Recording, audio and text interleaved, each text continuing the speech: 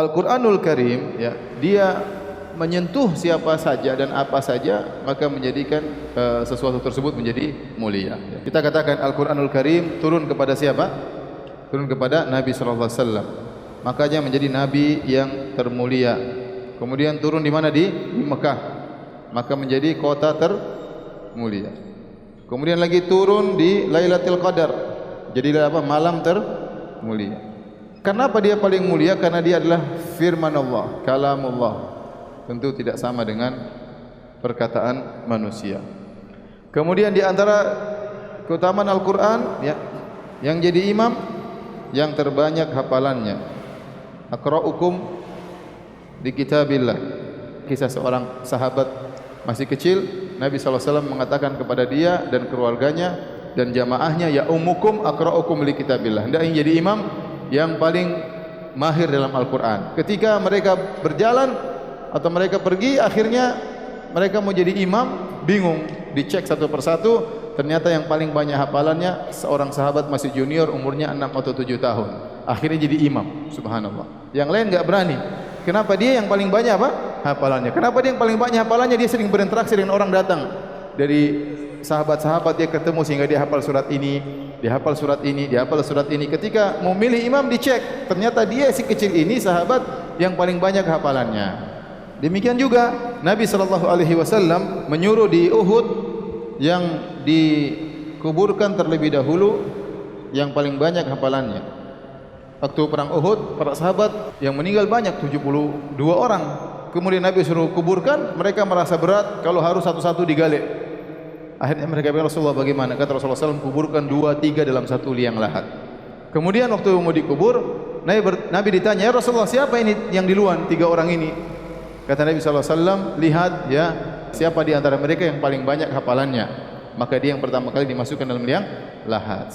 Sebagai bentuk pemuliaan Nabi SAW kepada orang yang hafal Al-Quran.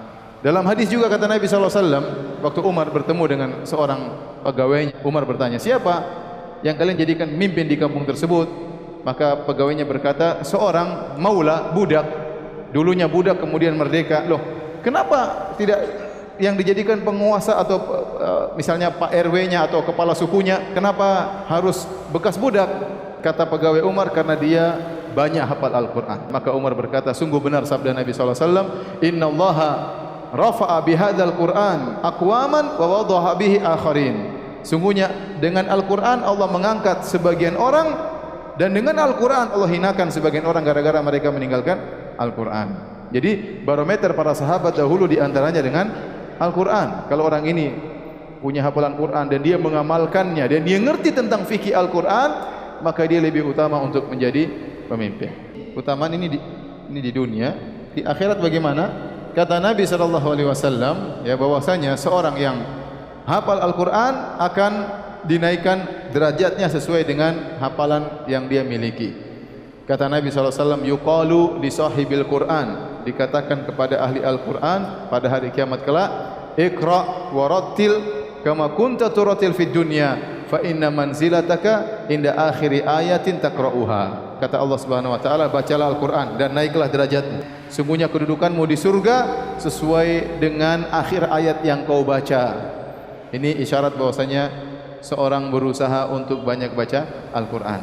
Sebagian ulama membawakan hadis ini kepada orang hafal Al-Qur'an. Ya, karena Nabi mengatakan yuqalu li sahibil Qur'an, dikatakan kepada pemilik Al-Qur'an.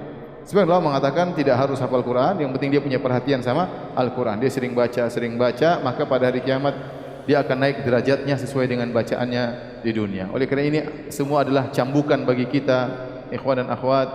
Kita ini jarang baca Quran, medsos jagoan, komentar jago, ya, nge-share jago, ya. Dapat ini nge-share, bikin tulisan, masya Allah. Nah, kita sendiri jarang baca Al-Quran. Sekali perlu kita tutup itu ceramah YouTube Ustadz, kita baca Quran. Ada waktunya kita dengar ceramah, ada waktunya kita baca Al-Quran. Tidak juga kita tiap hari dengar ceramah, tapi kita enggak pernah praktek baca Al-Quran. Maka sesekali enggak ada masalah, kita lagi jalan di mobil, kita dengar ceramah, sesekali kita matikan mobil, radio tersebut, kita baca Al-Quran. Atau kita berzikir sendiri, ya. Ada waktunya kita menuntut ilmu, ada waktunya kita connecting langsung dengan Allah Subhanahu wa taala. Semuanya baik, tapi ada waktu kita berdua-duaan dengan Allah Subhanahu wa taala, antara lain dengan baca Al-Quran.